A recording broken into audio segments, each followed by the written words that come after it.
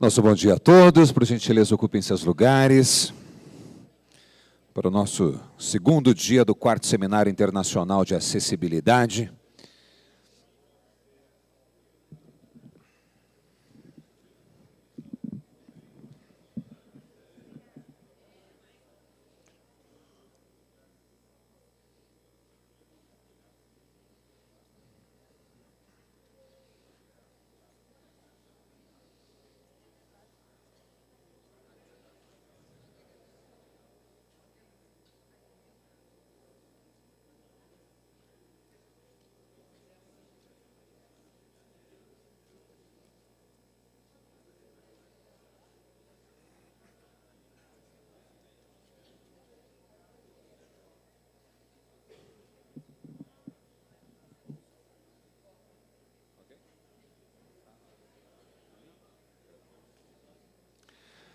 Mais uma vez, nosso bom dia a todos. Pedimos, por gentileza, que desliguem ou coloquem seus aparelhos celulares no modo silencioso.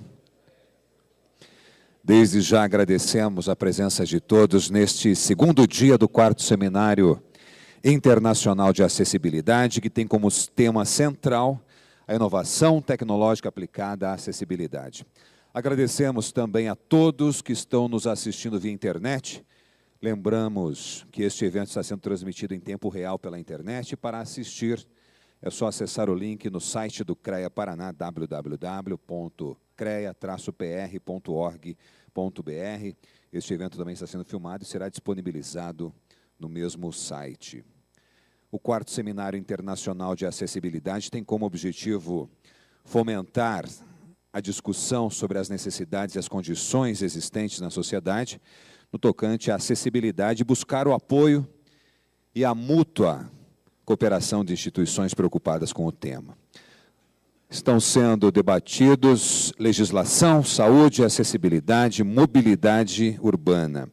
Este é um evento realizado pelo CREA Paraná, com apoio do IEP, o Instituto de Engenharia do Paraná, a Mútua, Caixa de Assistência dos Profissionais dos CREAs, o SENGE, o Sindicato dos Engenheiros no Estado do Paraná, ADFP, Associação dos Deficientes Físicos do Paraná, CETRAN, Secretaria Municipal de Trânsito, Uninter e Copel. O nosso agradecimento especial, então, ao Uninter, que mais uma vez está participando com seus intérpretes de Libras. Temos aqui hoje a Marcele Mesquita, a Lorena Baica e também a Daniela Martins, que está representando a professora Leomar Marquezine. Temos alguns lembretes que quem não assinou a lista de presença ontem e hoje, que por gentileza o façam, porque é por ela que será emitido o certificado. Então, ali na secretaria temos a lista de ontem e de hoje. Se você ainda não assinou, por gentileza, o faça. Também pedimos que entreguem e avaliem nosso evento através da ficha de avaliação que vocês receberam ontem, no início do evento. E lembramos também que os certificados estarão disponíveis no site do CREA a partir de terça-feira, dia 5 de julho. Ok? Convidamos, então, para uma saudação, o engenheiro mecânico Sérgio Yasu Yamawaki. Ele é conselheiro e coordenador da Comissão de Acessibilidade do CREA Paraná.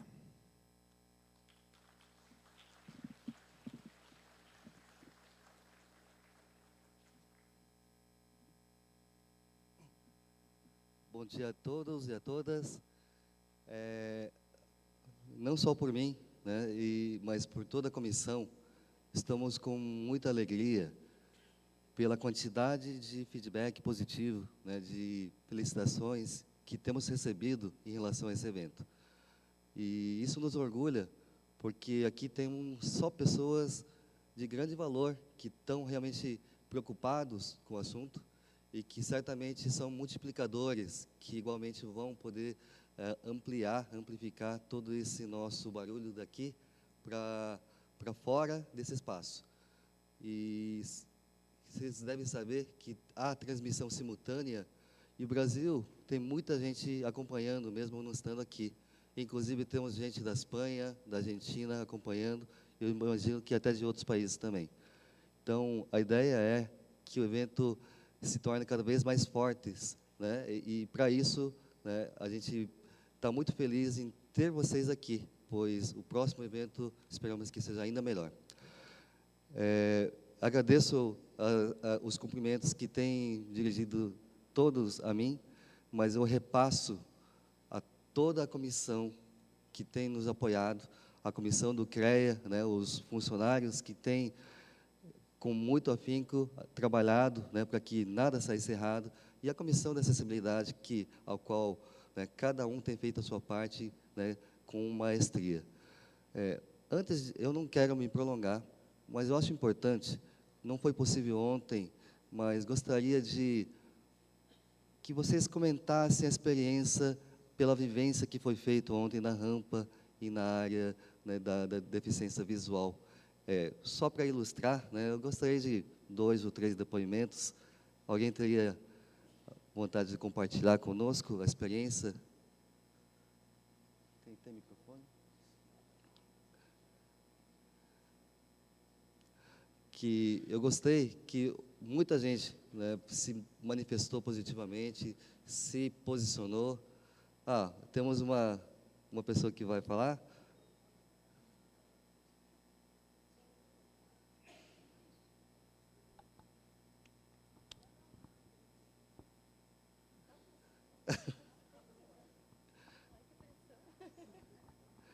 Então, eu achei... eu sou a Márcia, sou de Pato Branco. Eu achei muito interessante, porque a gente não tem esse ponto de vista.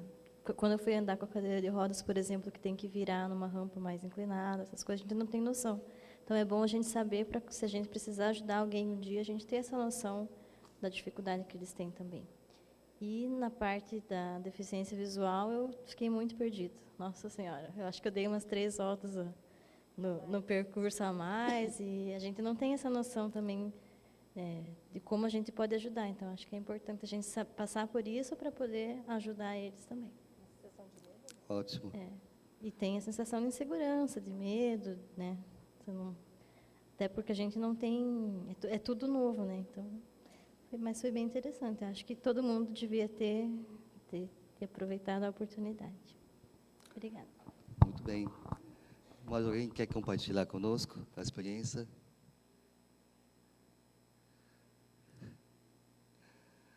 Ok. Vejam que o que nós colocamos aqui é algo muito pontual, né? Foram só... sim, temos nosso amigo Dinão. Bom dia a todos. Flávio Dinão, presidente da Associação Paranense dos Engenheiros de Segurança. A gente chega aqui, né, com uma ideia que a gente sabe o alcance das dificuldades da deficiência visual, mas é muito mais o horizonte que a gente desconhece, que aqui nos oportunizou conhecer. Quando ontem ali, eu acho que foi o João comentou, né, onde é que o deficiente visual assina o gabarito para assinar? Eu nunca vi esse gabarito em lugar nenhum, não tenho nem ideia como é que é esse gabarito. Mas uma coisa que me pôs a pensar, né, quantas coisas que a gente aqui está abrindo os olhos da gente para que nós que somos, entre aspas, né, sem essas deficiências, mas nós temos muito mais deficiências que devemos reconhecer, que devemos estender a mão para este processo de melhoria contínua da qualidade de vida de todos, principalmente dos PCD. Ok, Yamabaki? Obrigado, Dinão. Muito bem colocado, né? Muito bem colocado só um pouquinho, Zé Leite. Muito bem colocado tanto pela nossa amiga como pelo Dinão. Todos deveriam experimentar. Para mim, eu gostaria que o presidente Joel, né, o presidente Nelson, a deputada Leandre, todos experimentando, entendem a real dificuldade, e mesmo num contexto simplificado. E mais, tivemos 2 ou 3 obstáculos. No mundo real, são centenas, se não milhares. Eu até pensei em fazer a vivência na escada da deficiência visual. É assustador. Mas eu fiquei preocupado, porque podia ter algum acidente. mas no mundo real acontecem acidentes, porque a gente negligencia. Então, é realmente importante que a gente entenda que o mundo é feito por nós. E o maior problema não está em você começar a ver o projeto ou se preocupar. Está na questão cultural. O ponto que a gente tem que mudar é a cultura das pessoas. A importância, como colocado pelo arcebispo, que nós estamos fazendo um futuro melhor, né? Um futuro para nós mesmos. E que isso faz parte, né, da nossa profissão, da nossa responsabilidade, da nossa ética e da nossa contribuição para um mundo melhor. Então, espero que todos tenham podido, ao menos, acompanhar ou vivenciar e que possam levar consigo, né, uma experiência e realmente se preocupar cada vez mais com esse problema, que não é pequeno, né, mas começa na cabeça da gente. Então, desejo a todos um bom evento, né? Temos só até meio-dia hoje, mas temos bons palestrantes e a expectativa é grande. Então, bom dia a todos.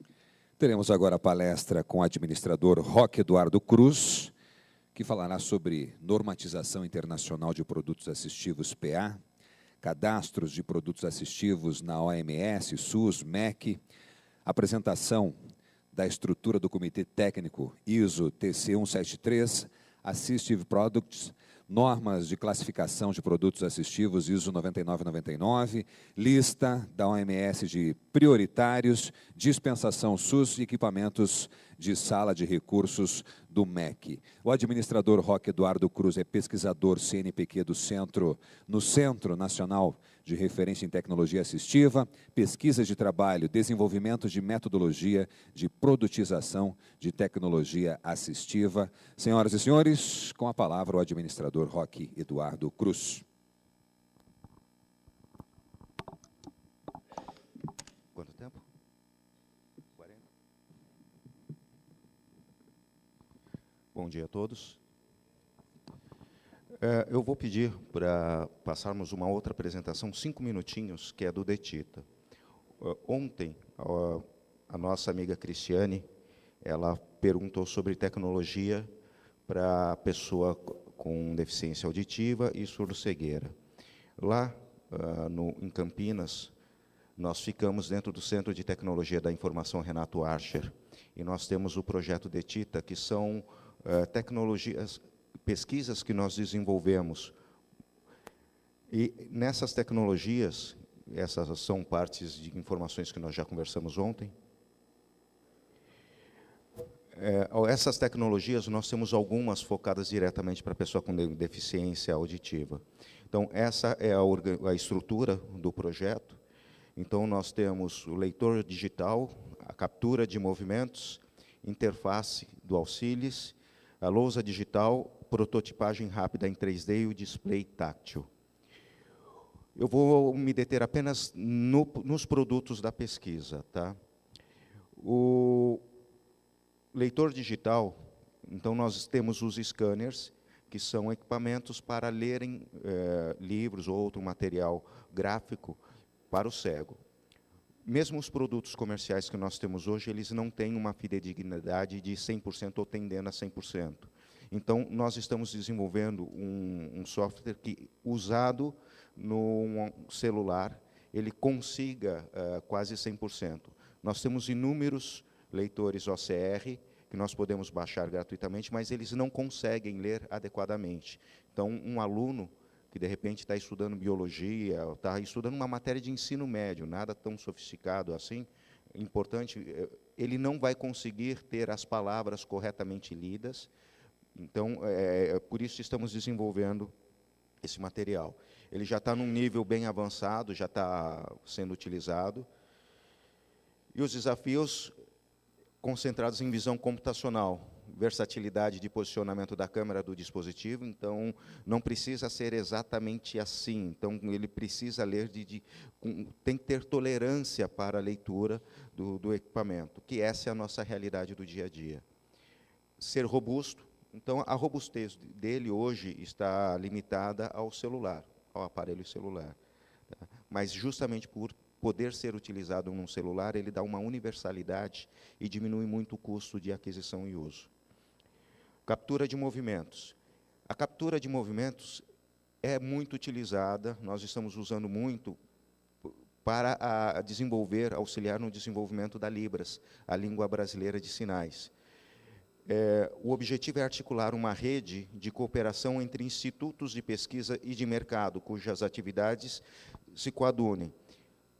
Alguém aqui sabe qual que é o sinal em Libras de mitocôndrias?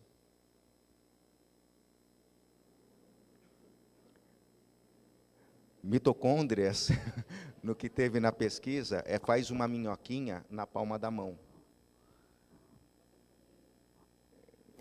Então, as organelas têm sinais que não são tão difundidos assim. Imagine, então, da aula de física, da aula de matemática. Então, nós precisamos desses sinais. E quando nós falamos de frutas, o sinal de cajá. Então, o pessoal lá do norte conhece o sinal de cajá, e nós aqui não conhecemos. A palavra o mas, que significa porém, em São Paulo é de uma maneira, no Rio Grande do Sul é de outra, e isso é natural de qualquer língua, não só da Libras, mas o português também tem essas questões. Tá? Então, nós fazemos o quê? Nós identificamos essas palavras, o intérprete, aqui nós estamos vendo, está vestido com essa roupa preta, cheia de luminosos, ela é surda, então sempre quem sinaliza é um surdo, ela é professora de letras libras, ela sinaliza, nós armazenamos esse vídeo e transformamos em avatar, e isso fica disponível para qualquer instituto de pesquisa, e qualquer instituto de pesquisa pode utilizar esse banco de dados. Como é captura de imagem, não serve apenas para captura de língua de sinais, então, fisioterapia, ensaios, aí a imaginação de vocês é o limite. Tá? Então, nós conseguimos fazer a captura de imagem de tudo que nós tivermos.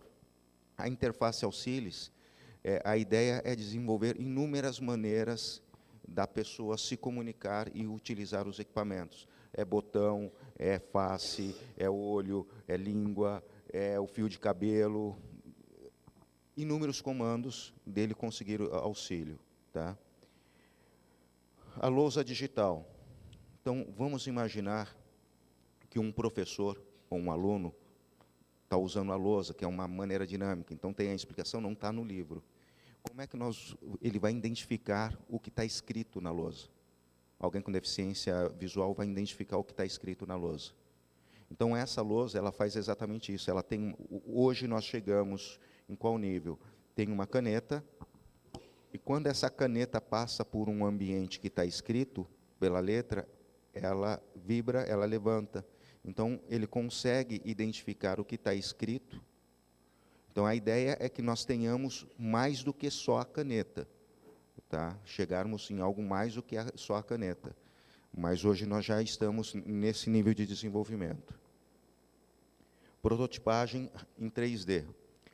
Então, todo mundo hoje está na moda as impressoras 3D em polímeros em plástico.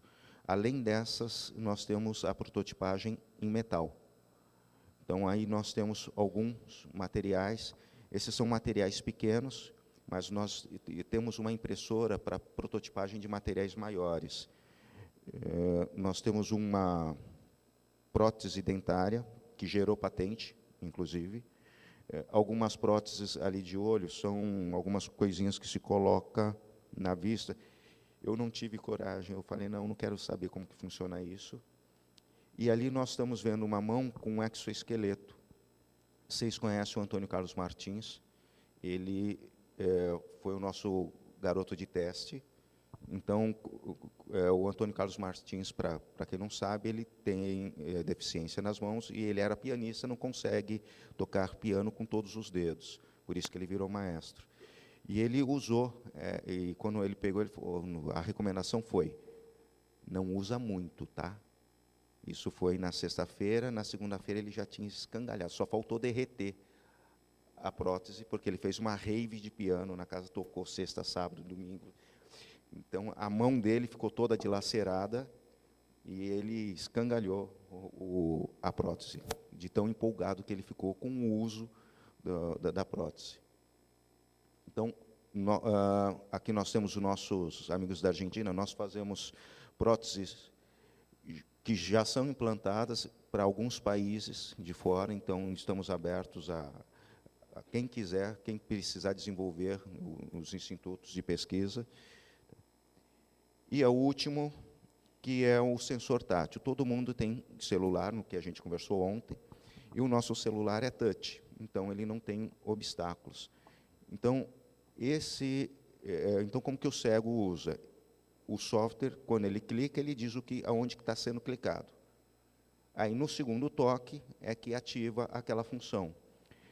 Aqui nós estamos desenvolvendo ondas eletromagnéticas para criar o relevo em cima do vidro. Então, existem 2 laboratórios no mundo fazendo esse tipo de pesquisa. Hoje nós conseguimos já fazer a onda, só que para gerar essa energia, o celular é pequeno e a bateria ainda é do tamanho do prédio. Tá? Então, essa é a nossa limitação. Gente, isso é sobre o DETITA, que são as pesquisas que nós fazemos lá no CNRTA. Pode colocar outra apresentação. Sobre o que nós vamos conversar? Nós vamos falar um pouco sobre a normatização internacional. Produto assistivo, onde é que eu posso procurar onde existe norma sobre produtos assistivos e que tipos de produtos assistivos existem? Existe uma norma, que é a 9999, que ela classifica tudo o que é produto assistivo, quais são as funções que ele executa. Não diz como tem que ser construído, como você testa, como usa. Isso são para outras normas. Tá? Então, por exemplo, aparelhos auditivos não estão dentro da ISO, eles estão dentro da IEC. Mas a classificação, aparelho auditivo, bateria para aparelho auditivo, FM, está dentro dessa norma. Então, é uma classificação geral. Além disso, saiu recentemente uma lista da Organização Mundial de Saúde, que todo mundo que está desenvolvendo pesquisa em tecnologia assistiva precisa conhecer, porque são os produtos que nós vamos ter como prioritários, que o mundo inteiro vai trabalhar de forma prioritária. E aqui no Brasil, quem são os maiores disponibilizadores de tecnologia assistiva? O SUS e o MEC, dentro do serviço público. Essa é a estrutura do Comitê Técnico 173 da ISO. Então, tem 1, 2, 3, 4, 5 subcomitês, um sobre cadeira de rodas, que está dentro da norma 7176, então tem aí a construtividade, como faz o freio, como faz a manopla, como que tem que funcionar a rodinha da frente, a roda de trás, como que tem que funcionar a elétrica, a motorizada, como funciona o scooter. Então, toda a parte de construtividade estão dentro dessas normas. O SC2, classificação e terminologia. 3, apoios para ostomia, incontinência. Guinchos e transferidores de pessoas no SC6. Ontem, conversaram comigo, o pessoal que estava desenvolvendo guinchos. Então, é dentro dessa norma que nós encontramos como construir, como não construir. Desenho acessível. Desenho acessível, não é desenho universal. E alguns grupos de trabalho que estão diretamente ligados à secretaria. Produtos assistivos para caminhar, higiene pessoal, deficiência intelectual, integridade da pele. Então, aqui tem mais de 30 países que são participantes do 173. O Brasil não é um dos países participantes, o Brasil é um país observador. Por quê? Porque quando você é participante, você tem que dar contribuições, você tem que votar, e nós não temos condições de pessoal, não temos gente ainda que se dispôs a fazer isso. Tá? Apesar disso, nós teremos em setembro uma reunião desse comitê em São Paulo. Eu coordeno essa comissão, que é espelho que faz a tradução da 9999. Classificação e terminologia de produtos de apoio para pessoa com deficiência ou mobilidade reduzida. Esse é o nome dela em português. Qual que é o objetivo? Ela classifica os produtos de uso autônomo ou assistido. O que está fora? A Lorena está fora. Então, intérprete de Libras está fora, cão-guia está fora, ou equipamentos que são usados por especialistas. A norma que está em vigência foi traduzida, ela foi publicada em 2011. Então, agora, em outubro, em Tóquio, nós vamos ter a publicação da nova. Ela vai reduzir para uns 950 itens. E a definição de produtos assistivos está aqui, que nós já conhecemos, qualquer dispositivo, equipamento, geralmente feito para a pessoa com deficiência. E olha ali, ó, para permitir a inclusão, é o primeiro item. Então, não é simplesmente alguma coisa que você pendura, ele tem uma função. Se ele não atende essa função, ele não é assistivo. As classes, aqui eu vou falar apenas das classes. Produtos assistivos para tratamento de saúde. Então, nós temos, são produtos para administrar medicamentos, produtos de esterilização, produtos assistivos para treino de competência. Então, o professor que estava falando em brinquedos, essa parte lúdica, então nós conseguimos encaixar esses produtos e ter referências do que fazer aqui, que são produtos para treino nas artes e competências sociais. Então, os jogos eles são muito bons para a gente ter essa interação. Órteses e próteses, produtos assistivos para proteção e cuidados pessoais, calçados ortopédicos, calçados para diabetes, produtos para asseio, para pentear, tá? Produtos assistivos para mobilidade pessoal. Aí nós vamos da bengala canadense, da muleta, até a van, ao carro, ao ônibus. A Mobility Show, que foi uma feira que aconteceu sexta, sábado e domingo passado, nós tínhamos lá gente vendendo aqueles motores que engatam na cadeira manual, e nós tínhamos a Mercedes-Benz. A Mercedes-Benz, carro vendido com desconto para a pessoa com deficiência. Tá? Nós tínhamos também, se você não gosta da Mercedes, a BMW também estava lá, então você podia comprar um BMW também. Tá? Então, essas pessoas já perceberam, e aí eu, conversando, assuntando, a Toyota hoje, 20% da frota da Toyota é vendida para a pessoa com deficiência. Aqui no Brasil. Então, não é um mercado pequeno, mercado de produtos para a pessoa com deficiência. Produtos assistivos para tarefas domésticas, então, para preparar alimentos. Aquele produto para abrir latas que nós havíamos conversado. Mobiliário e adaptações para residências e outros prédios. Aí nós temos camas, regulador de alturas de móveis. Uma vez nós fizemos uma cozinha, onde o armário desce, a pia também você regula a altura. Comunicação e informação. Então, o ábaco, o soroban, que é um ábaco japonês, que é muito utilizado para ensinar cegos a matemática, tá? Gravadores, produtos assistivos para manuseio de outros objetos, então pegadores e outros comandos. Melhoria do ambiente, então instrumentos de medição, aquecedores. Para o trabalho, Ditão, o engenheiro ali de segurança, Dinão. Então, olha, Dinão, aqui nós temos mobiliário, acessórios para o local de trabalho, proteção de segurança no local de trabalho. E nós vamos ver, na próxima lista, o primeiro item é justamente disso. Produtos para a recreação. Então, aí vai desde a bola com guiso, a material para auxiliar a fotografia. Então, num dos tons que nós tivemos, foi desenvolvido um pau de selfie, para ser colocado na cadeira de rodas, para que a menina, que é tetraplégica, conseguisse tirar fotografia com o celular. Então, esse pau de selfie que você adapta na cadeira de rodas é um produto assistivo para recreação. Ele entra aqui. aqui a gente fala se der tempo. GATT, ou GATE, eu falo GATT.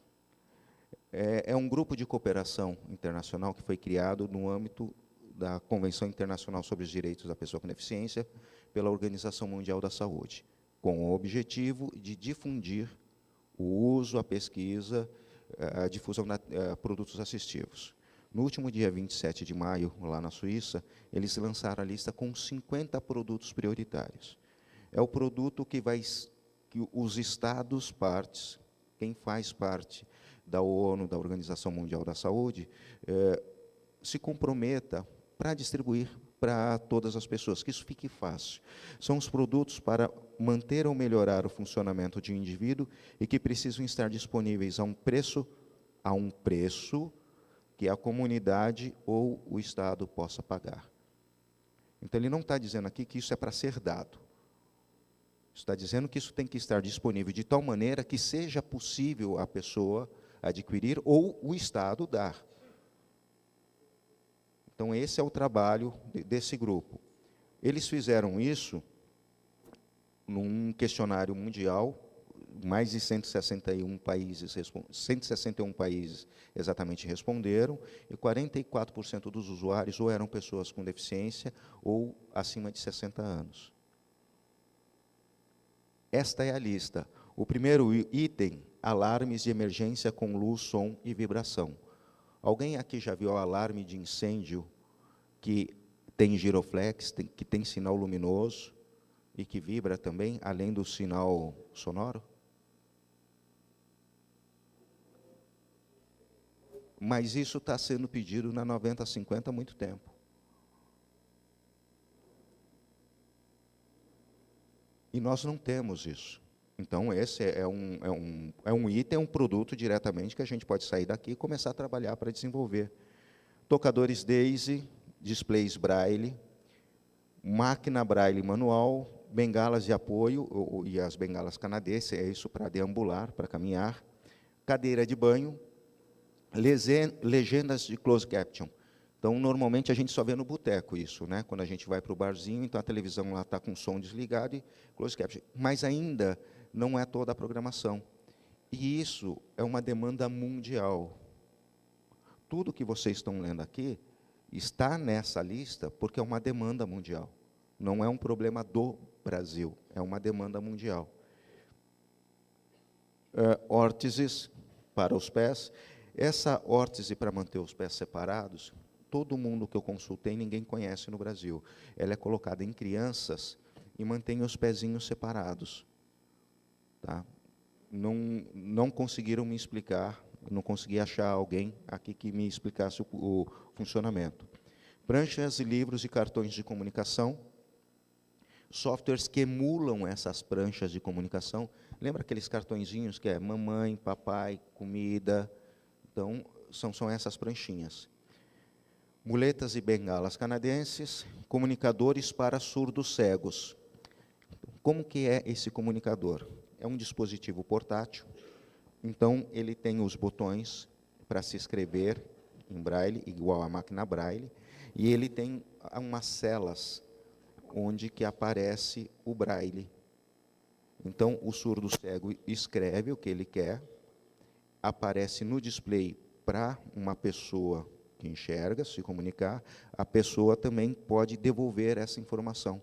Então, é um aparelho portátil, ninguém fabrica isso aqui, e não vi ninguém importando. Eu conheço duas associações de surdos cegos, uma a Rinza, eles falam, nossa, isso seria maravilhoso se tivesse aqui. Seria maravilhoso se tivéssemos aqui, mas nem importar, nós conseguimos importar ainda. Detectores de queda, o Sérgio ontem comentou que as quedas nas residências provocam, nas pessoas idosas, deficiência e até a morte. E isso é uma demanda mundial. Detectores de queda. Tecnologia de conversão de voz, de língua de sinais em voz. Então, a nossa amiga Cristiane, se ela não tivesse a intérprete aqui, ela poderia usar a língua de sinais e isso ser transformado em voz. é um dos trabalhos que nós temos também lá no CTI, e que não é tão simples assim de ser feito para a gente. Tecnologia de conversão, localizador individual, GPS, barras de apoio e corrimão. A segurança, engenheiro civil que tiver aqui, então, isso é item prioritário. Aparelhos auditivos com FM. Qual que é a diferença? Estou aqui fazendo a palestra. Se nós tivéssemos uma pessoa que usa aparelho auditivo, ela iria ouvir muito mais barulho. Então, com FM, ele conseguiria pegar o meu microfone e levar diretamente para o ouvido da pessoa. Então, ele elimina o ruído ambiente. Produtos para incontinência e softwares emuladores de teclado e mouse. Lupas, órteses para membros inferiores, superiores, para a região torácica. Assistentes pessoais digitais. Eu não entendi por que esse aparelho, o PDA, está aí. Então, nós vemos, em princípio, um celular, hoje, inteligente, ele faz as funções de um PDA. Mas, como nós temos em desenvolvimentos diversos no mundo, pediram os PDAs. Sistemas pessoais e alarmes e emergência, organizadores de comprimidos. Lembra aquela, para não esquecer, que nem eu esqueci hoje de tomar o remédio? Tá, então, a gente não pode esquecer de tomar o remédio de pressão, todos os nossos remédios. Colchões e almofadas de alívio. Aí já teve mais alguém que lembrou agora que tem que tomar o remédio. E olha só, 32, rampas portáteis. Então, vamos ficar tranquilos, pessoal do CREA, esse problema de falta de rampa não é um problema do Brasil. Tá? Senão, as rampas portáteis não estariam aí. Gravadores, andadores com rodas, softwares, leitores de tela, óculos para baixa visão, distância curta, longa distância e filtros, andadores para posição ereta, os sapatos terapêuticos, sapatos ortopédicos, gerenciadores de tempo, dispositivo de auxílio de viagem, triciclos motorizados, videofones, andadores com pés fixos, relógios táteis, cadeiras de rodas de uso ativo, para uso com assistente, com ajuste postural, motorizadas, e o último item, bengalas guia. Essas bengalas que nós temos aqui, que eu tenho aqui na minha mão, que nós vamos falar com ela agora. SUS, quando vocês pegarem essa apresentação, está lá o link para vocês acessarem essa página do SUS e terem acesso à tabela unificada de tudo que o SUS dispensa. Remédio, comprimido, tecnologia assistiva. Então, você quer saber se o seu produto é dispensado pelo SUS. Entra aqui. Então, com vocês vão pegar e vão dar uma olhada lá. Aí, quando vai aparecer essa tabelinha, que eu juro para vocês que é sobre a bengala guia. Essa bengalinha é o último item também, igual à lista da Organização Mundial da Saúde. Por que eu deixei ela? Ali aparece o preço que ele tem que ser comprado, R$ 45,00. Então, o SUS paga R$ 45,00 nessa bengala. Só que ela é vendida no mercado pelo dobro do preço. Então, o Estado do Paraná chamou a Universidade Tecnológica Federal e falou: olha, você consegue fazer isso para mim? Porque eu não consigo comprar. Eu já fiz várias licitações e dá branco, dá nulo, ninguém aparece, ninguém se interessa. E a Universidade Tecnológica Federal do Paraná passou a fabricar. Então, sempre tem espaço para desenvolvimento. Mesmo em algo como o nosso amigo argentino falou, é simples, mas como é que é andar sem essa bengala? Vai usar sempre um guia, sempre o cão-guia? Não é tão simples. Então, sempre tem espaço para o desenvolvimento de tecnologia. E dá para fazer.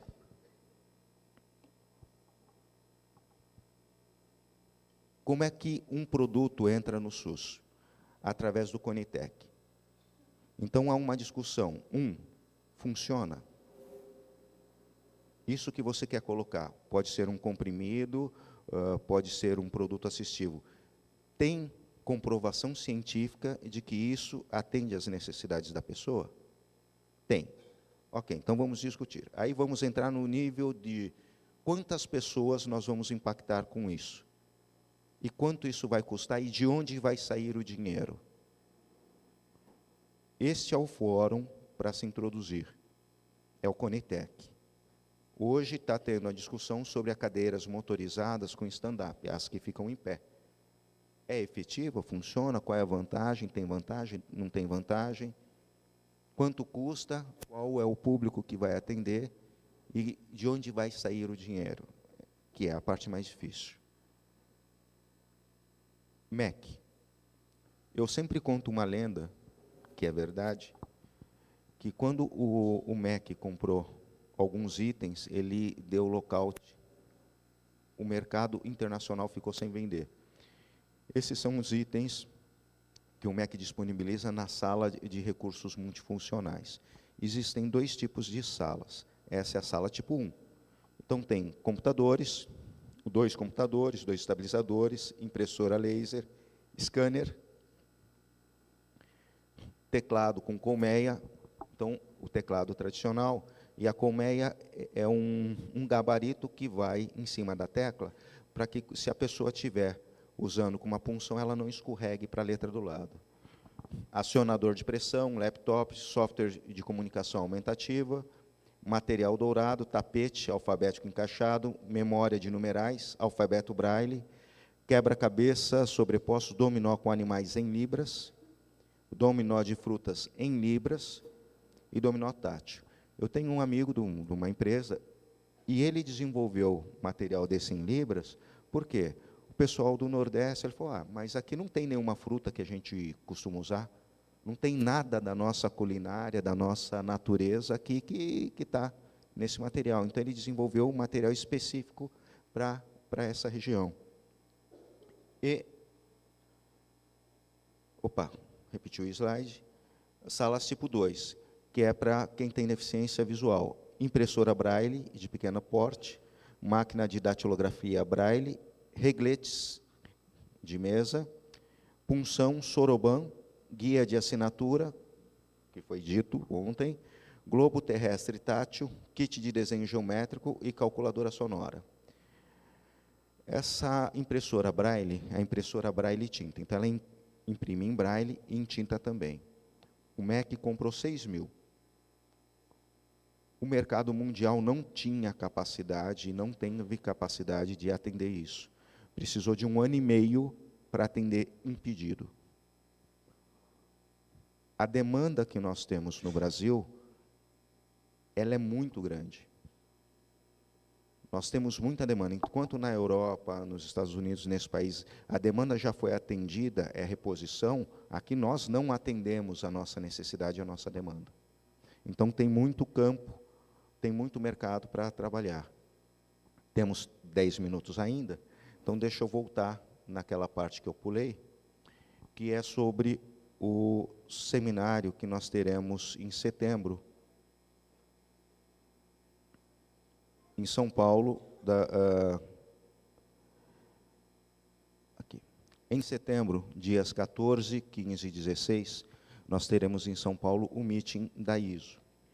Então, virão os especialistas convidados desses 30 países, mais o pessoal da cadeira de rodas, mais o pessoal do Comitê de Desenho Acessível, discutir as normas. Então, nesse comitê, vai se discutir, inclusive, se acrescenta serviços dentro da discussão desse comitê. No dia 14 e 15, isso é fechado para os especialistas ou representantes dos países membros. E no dia 15 e 16, nós teremos o seminário aberto ao público, onde nós teremos o Carl Erik, que ele é o presidente do comitê, ele é da órgão normatizador da Suécia, a Laura Mateus, ela é secretária da ISO para esse comitê, o Chapal Casnabes, ele é o coordenador do GATT, na Organização Mundial de Saúde. Então, ele que conduziu essa pesquisa, ele quem conduz as pesquisas, que tem a previsão de que em 2050 nós teremos 2 bilhões de pessoas com deficiência no mundo. A professora Carla Emanuele, o que é o Quest Quebec? A ISO, ela tem normas de construtividade, de resistência, de usabilidade dos produtos assistivos. Mas não existe nenhuma norma sobre a qualidade a partir da visão do usuário. Esse Quest Quebec foi desenvolvido na década de 90 e, desde essa época, ele vem sendo utilizado para perguntar para a pessoa: o que você achou dessa bengala? Ela funciona? Ela atende às suas necessidades? Ela não atende? E o serviço? Você recebeu ela e dane-se? Ou recebeu a bengala e teve um treinamento de como utilizar a bengala? Então, como nós começaremos a difundir os 50 produtos assistivos para gente que nunca teve acesso, eu penso e sugerir que nós acompanhemos a distribuição desses produtos para não se entregar produto quebrado, para não se entregar produto e não se ensinar a usar o produto assistivo, e aí vai gerar uma frustração maior ainda. Quando você entrega um equipamento e não ensina a pessoa a usar o equipamento, aí ela abandona, não funcionou, gastamos dinheiro com algo que não funcionou. Eu vou falar sobre perspectivas de mercado, e o Clemente Chamu, ele é do Quênia. Nós ainda não conversamos, ele vai contar as experiências do Quênia. No dia seguinte, o Jesper, ele vai falar sobre as experiências da implementação da norma, sobre os produtos de ostomia e incontinência, lá na Suécia. Então, é o pessoal mais velho. É o que vai acontecer com o Brasil em 2030, daqui a 15 anos. Nós teremos uma população acima de 60 anos maior do que a população ativa, entre 18 e 59. O Koichi Matsuoka, ele é o coordenador do Comitê de Desenho Acessível. Então, ele vai comentar essas experiências, como que eles têm trabalhado isso, e no Japão. Em 2014, nós tivemos aqui um meeting dessa nossa comissão que traduz a 99 e 99, e o Takenobu, que é o coordenador, ele também é professor da Universidade de Tóquio. Eu achei interessante o que ele comenta. As pesquisas lá são conduzidas em 2 direções. Uma direção para fazer o que é de uso comum, mais barato, mais fácil de usar, mais leve, mais resistente, melhorar o que já é commodity, por assim dizer, e uma outra vertente, que é fazer aquilo que só serve para aquele indivíduo, que está muito na pesquisa básica, mas, indo nessas 2 direções, eles vão diminuindo as lacunas, porque aquilo que era específico num determinado momento, você vai percebendo que tem outras utilizações. E aquilo que você vai melhorando muito num produto que já está dominando o mercado, você vai percebendo outras utilizações e atendendo mais pessoas. E o John Pierman, ele é um engenheiro mecânico, lá da Universidade de Pittsburgh. Eu identifiquei pelo menos umas 3 patentes dele. Ele trabalha com cadeiras de rodas de baixo custo. Então, é algo muito interessante. Gostaria que vocês fossem a São Paulo. Nós ainda não temos hoje temos um local que é próximo da ACD, mas estamos procurando um outro local por conta de termos que trabalhar sábado e domingo também. Consegui terminar ainda com 4 minutos, ensaiei bastante para isso, e depois ficamos abertos às perguntas. Muito obrigado.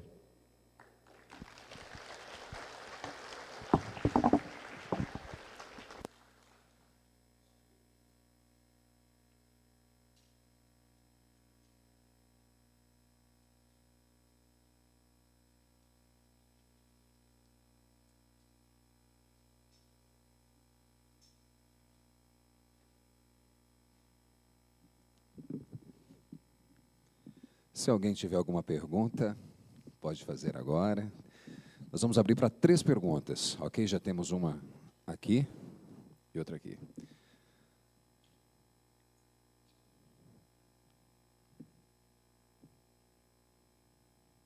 E aqui na frente. Já deu 3? Foi uma pessoa que levantou a mão primeiro aqui, outra aqui e aqui. Bom dia. Bom dia, Roque. Aqui. Uma pergunta que eu tenho repetido em muitos seminários. Por que o Brasil não permite que as taxas tributárias para órteses e próteses importadas tenham um valor diferenciado que, por exemplo, um Rolex ou uma Ferrari? Os valores são os mesmos na carga tributária. Olha, eu não costumo comprar nem Ferrari nem Rolex. Não, claro. Vou chegar lá. Vamos chegar lá, né? Além de não existir carga tributária, deveria haver subsídios para isso. Mas o que eu sei é que, como pastoral da pessoa com deficiência, nós propusemos uma lei de isenção de IPI, de imposto de importação, e que está no Congresso, já foi aprovado na primeira comissão. Inclusive, a deputada Andres estava presidindo a sessão da comissão em que foi aprovada essa lei. Ela está tramitando no Congresso. Isso é recente, então? É o PL, Projeto de Lei 4546/2016. É desse ano agora, então? Nesse ano. De que forma que nós podemos contribuir para que isso realmente seja efetivo? Não deixar esquecer, porque o que acontece? Quando um projeto de lei ele vai tramitando, ele pode ser emperrado, porque se ele não tem importância, ele é deixado de lado e outros projetos de lei vão passando na frente. Então, se você quer que esse projeto de lei vá para frente, é acompanhar o projeto de lei e ficar cobrando o Congresso. Isso está no site da Câmara? Oi? Está no site da Câmara? Está no site. Todos os projetos de lei estão no site da Câmara. Se procurar lá, tem a tramitação. A última tramitação dele foi dia 2/6. Tá, inclusive isenções tributárias nacionais, além do... Nacionais e importados, para todos os produtos assistivos que estão dentro da norma 9999. O que está dizendo? Existem as leis de acessibilidade, elas fazem o quê? Com relação à acessibilidade, use-se como referência as normas da ABNT. Então, quando nós atualizamos a norma da ABNT, automaticamente nós atualizamos as regras para acessibilidade. Então, ninguém está dizendo que tem que fazer... Então, quando você faz uma lei que diz que a rampa tem que ter inclinação X ou Y, e que a calçada tem que ter 10, 20 ou 30, você engessa esse item. Quando você referencia as normas da ABNT, que são feitas pela indústria, por consumidor e por neutros, você está sempre atualizando a tecnologia e as necessidades. E nessa lei ela remete às normas da ABNT, a classificação da ABNT que tiver, então todo mundo que tiver classificado como produto assistivo, no caso a 9999, vai estar dentro dessa isenção. É isso que está no corpo da lei. A segunda parte é o porquê que não existe uma política melhor de disponibilização de tecnologias assistivas, de apoios especiais. Por exemplo, 90% dos cadeirantes que eu conheço reclamam da falta de bolsa de colostomia, por exemplo. O que fazer para melhorar essa disponibilidade desse tipo de material? Nós temos uma pesquisa no CNRTA, que está sendo conduzida pela Roberta Pocente, que é um mapeamento da dispensação de produtos assistivos. Deixa eu vir aqui para frente. O que significa isso? Existe a disponibilidade e a previsão. Então, entrando naquele site do SUS, é só pegar depois, vocês vão ver que existem esses produtos para serem dispensados. Eu estava conversando com o Diego ontem.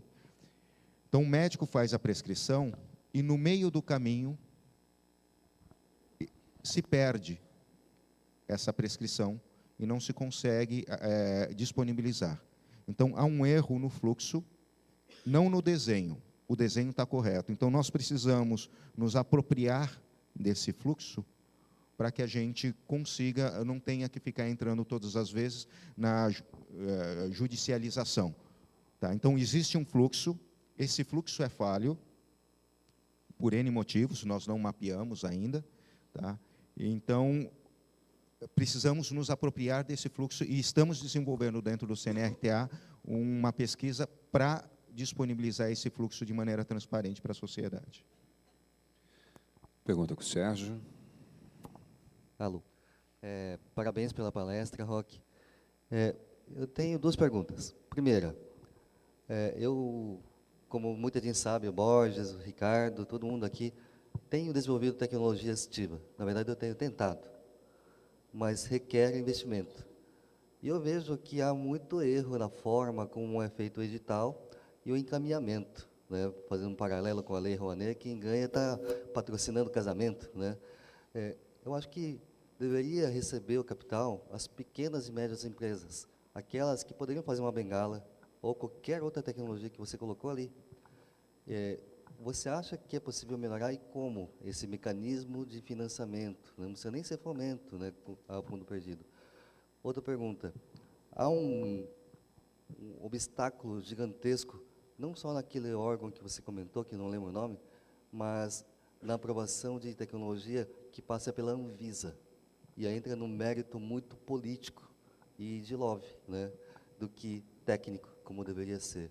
Eu acho que isso é algo que a gente tem que trabalhar. Há alguém trabalhando nessa questão para, pelo menos, tirar um pouco dessa burocracia, e que é uma fila gigantesca que não é uma fila, né? Depende da política para poder acelerar ou não.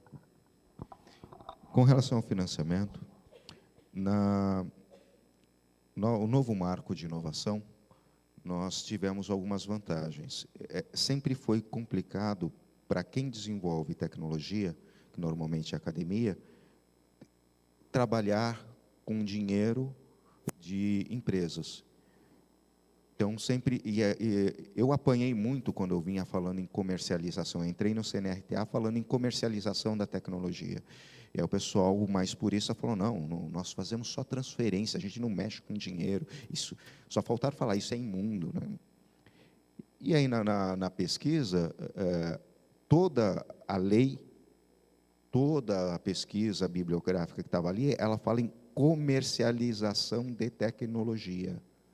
Então, tanto que eu uso isso nos slides, em itálico, para dizer, isso não sou eu que estou falando, isso são os pesquisadores lá que já sabem o que estão falando.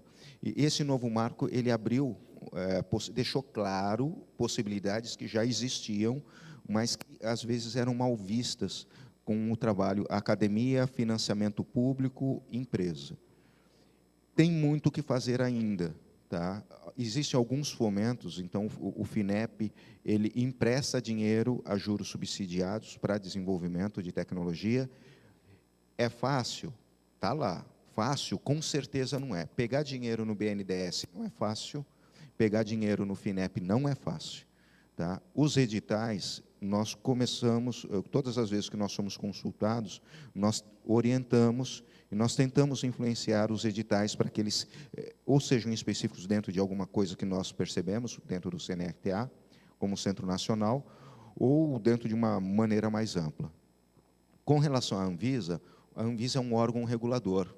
E o que falta na Anvisa é o que falta em outros órgãos reguladores. É gente para fazer a análise. Para vocês terem uma ideia, na ABNT existe um revisor ortográfico para todas as normas. Então, você produz norma, você manda a norma e existe um revisor. Então, acaba encavalando. Na Anvisa, nós também temos essa dificuldade. Nós tivemos uma reunião e aí nós mostramos com ele. Então, a nossa comissão de estudos mostrou para a Anvisa, olha, vocês estão regulando tudo, nós vamos jogar mais no mercado 980 tipos de produtos para você regular. Vocês estão preparados para isso? Eles abriram os olhos desse tamanho, assim. Não tem gente. Tá? Falta gente para conseguir fazer isso. Na Anvisa, o que está faltando é gente para trabalhar. Temos a pergunta do Ricardo aqui também.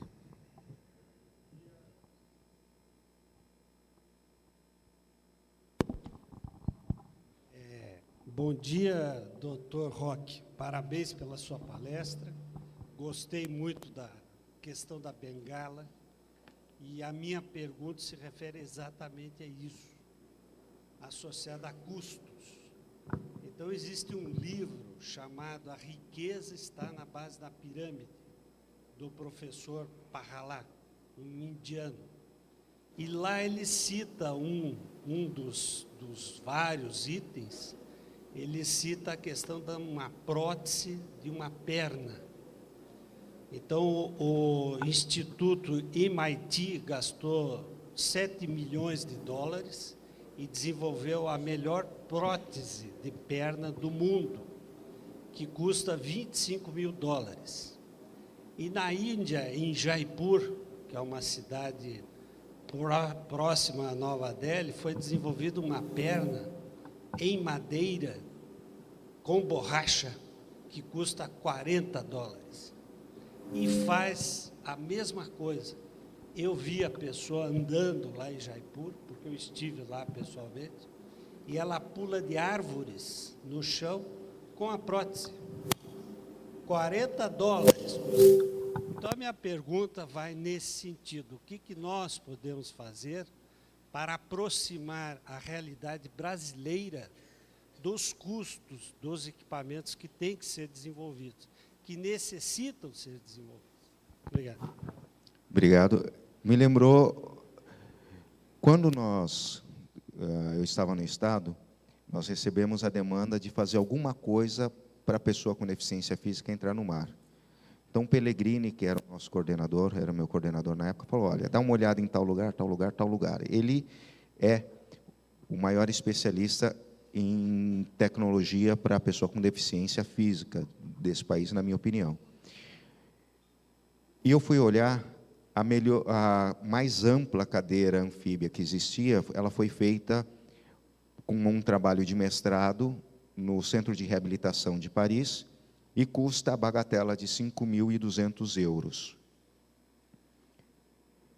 Para resumir a história, nós desenvolvemos um modelo fazendo benchmarking ou a engenharia reversa do que tinha, né, desses produtos, e vendemos para o Estado a R$ 1.200, com lucro para o fabricante. Aqui no Brasil, nós tínhamos, na época, alguns fabricantes que faziam doce. Então, quando eu liguei, você vai me vender? Eu vou te vender daqui 6 meses. Daqui 6 meses, mas eu preciso agora. Nós estamos em dezembro, eu preciso antes do Carnaval. Não, daqui 6 meses eu te vendo. Daqui 6 meses é inverno. O que o pessoal vai fazer na praia no inverno? Estou em São Paulo, não adianta. Ele vendia a R$ 5.400, mais ou menos, e todo mundo baixou o preço. Então, hoje, está na casa dos R$ 2.000 uma cadeira anfíbia no mercado nacional.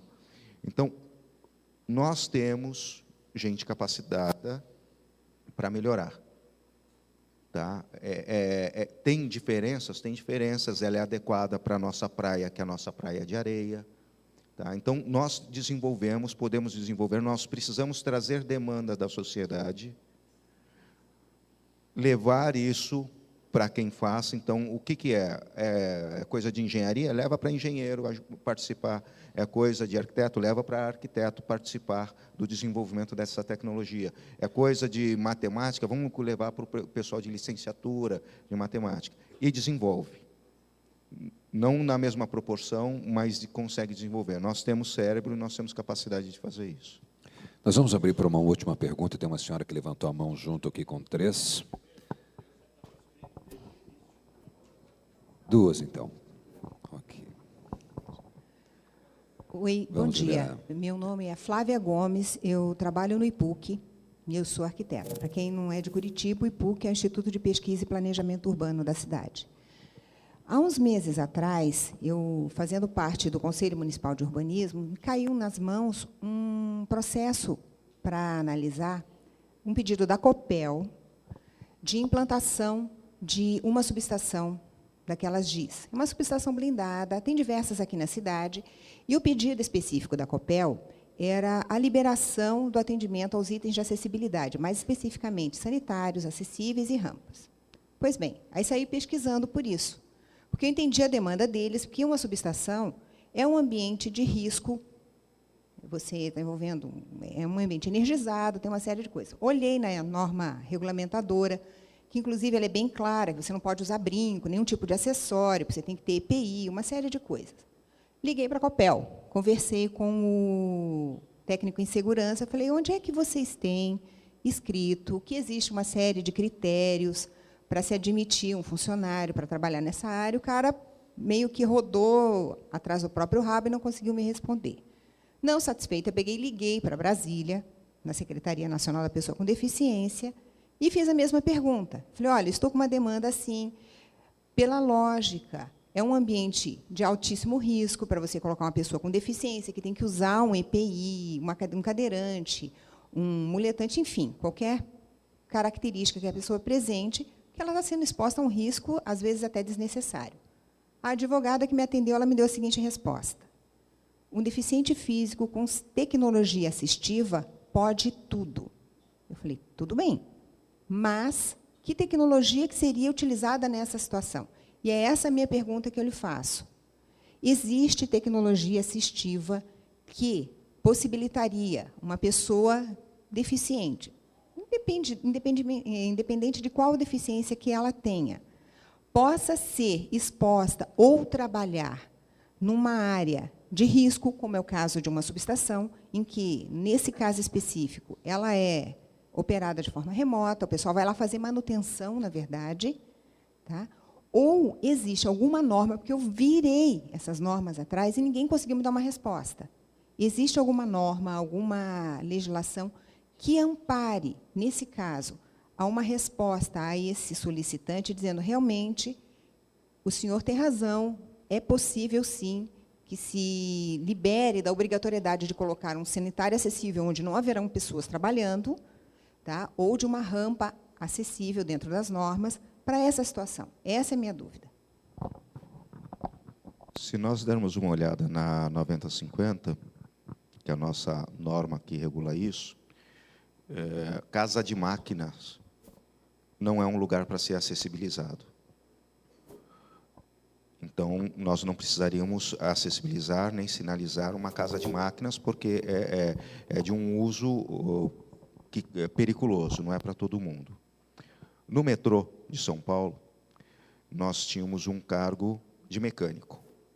Mas esse cargo de mecânico, ele era dividido em 30 e tantas funções diferentes.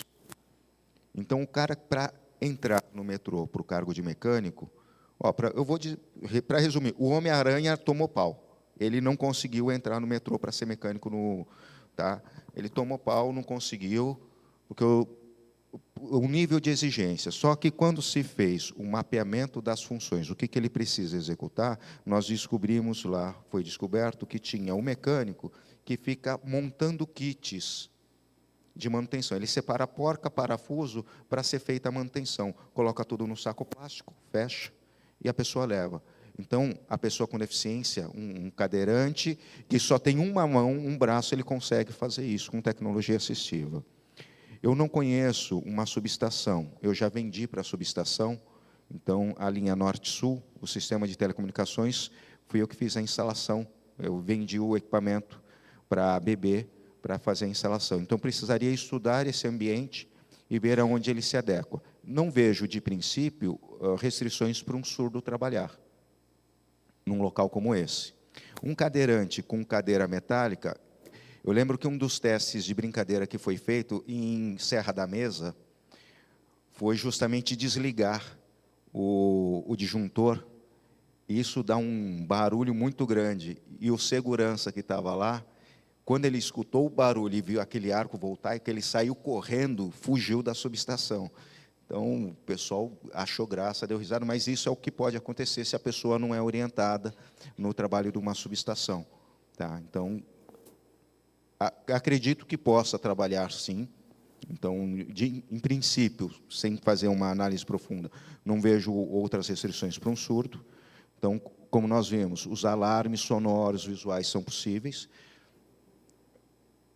Precisaríamos fazer uma análise sentando com pessoas com deficiência, que assim que a gente incorpora uma pessoa com deficiência no mercado de trabalho, traz a pessoa, olha, o ambiente é esse, você vai ter que fazer isso, isso e isso. Como você faria? Executaria dessa maneira. Ainda voltando para o metrô.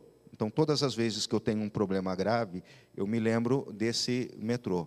O metrô tem 2 estoques. Um estoque leve e um estoque pesado. O estoque leve é até 6 toneladas. O coordenador do estoque leve é surdo. Então, quando pegaram ele para contratar, o coordenador que estava ali, ele tentou convencê-lo a não aceitar. E cada vez que falava, olha, está vendo, é difícil, tem empilhadeira, tem muito acidente aqui. Aí ele falou, não, tudo bem, a gente vai resolver da seguinte maneira. Desenhe uma faixa de 80 centímetros ao lado das estantes e ao lado é o local que as pessoas vão circular. As empilhadeiras não vão passar por aqui. Para ele e para todo mundo, tendeu a zero os acidentes. Acabou o atropelamento. Colocou giroflex em cima da empilhadeira. Então, até o neguinho que estava no Zap Zap, acabava vendo lá a luzinha, ele saía do lugar. Tá? Então, existem técnicas, mas a gente precisa sentar junto, pessoas com deficiência, empresa, para a gente conversar quais as possibilidades. Em princípio, não tem limitação. Há restrições técnicas dentro da 9050 para alguns ambientes? Há. Mas esse ambiente de trabalho, eu acredito que a pessoa com deficiência poderia trabalhar. Nós vamos ouvir uma última pergunta ali do seu José Leite. Parabéns ao palestrante Roque, acabou gerando bastante questões, bastantes dúvidas. Aí, se vocês quiserem conversar com ele no particular, ele vai permanecer conosco aqui mais alguns momentos na sequência. Bom dia, Roque. Parabéns pelas explanações. Bom dia a todos. Eu sou José Leite, de Colombo. Roque, eu tenho um alerta e eu quero ter uma pergunta, se o centro já teve essa preocupação, porque nós, deficientes visuais, estamos sentindo um problema aí. O que está acontecendo, a maioria dos produtos da nossa vida diária, como telefone celular, como micro-ondas, máquina de lavar roupa, muitas coisas aí, muitos produtos da vida diária, está vindo com toque na tela. Os telefones celulares, principalmente, tem os toques nas telas que você tem que fazer um curso para você aprender, porque nem todas as pessoas têm habilidade, e só que o valor dele é muito alto, é de mais de R$2.000. E isso, você sabe que um cego usando um telefone desse, é muito fácil a pessoa passar e levar esse celular desse cego. E já está saindo até máquina de cartão de crédito com toque na tela, sem referência nenhuma. E a gente está muito preocupado com isso, porque a gente está ficando... Tem muitas pessoas que não têm a habilidade de usar esse toque na tela, que está ficando sem usar essas coisas, entendeu? E a outra pergunta que eu tenho para você disse que 20% da frota da Toyota e alguns carros das Mercedes, da BMW, também estão sendo vendidas para as pessoas com deficiência, com desconto. São todos os modelos, ou é aqueles que o decreto diz que é até tantos cavalos, até tanto valor, de 60, 70 mil, ou são todos os modelos? Obrigado. A lei que eu conhecia dizia que eram carros até 70 mil. Como é que uma Mercedes custa 140? É porque é fabricada no mercado nacional. Então, não tem todos os... Dá 15 mil reais de desconto. E é a mesma coisa na BMW. Então, nós aumentamos a faixa. A quantidade de desconto que nós temos, José Leite, é diferente. Voltando ao primeiro questionamento que você fez sobre a acessibilidade, isso é uma preocupação nossa, que é o desenho universal. Então, o desenho universal de produtos. Minha filha já está me achando chato, né? Minha filha, toda vez que passa propaganda na televisão dessa maquininha moderninha, eu falo, mas não tem acessibilidade. Mas não tem acessibilidade. Ela é moderninha, mas não tem acessibilidade. Ela precisaria, e não custava muito, fazer um jogo da velha na maquininha, tá? Já que, ou identificar lá o 5, que é assim que se identifica nas outras máquinas. Se identifica o 5, e aí serve de referência para os outros números. Tá? O desenho universal é uma preocupação e uma difusão nossa, mas isso realmente depende da indústria das aceitações. que nós podemos fazer é continuar trabalhando para que as pessoas tendem a usar o desenho universal quando desenvolverem produtos. Parabéns, então, ao nosso palestrante, o administrador Roque Eduardo Cruz. Pedimos uma salva de palmas para ele. Ficaram algumas questões, algumas dúvidas, mas ele permanecerá conosco mais alguns momentos para responder a todos, ok? Faremos agora um intervalo para o coffee break. Na sequência serão anunciados os vencedores dos trabalhos técnicos científicos e também a premiação aos vencedores do concurso fotográfico, que teve aí o apoio da Senge. Teremos também, na sequência, uma mesa redonda sobre acessibilidade urbana. Retornamos em 20 minutos.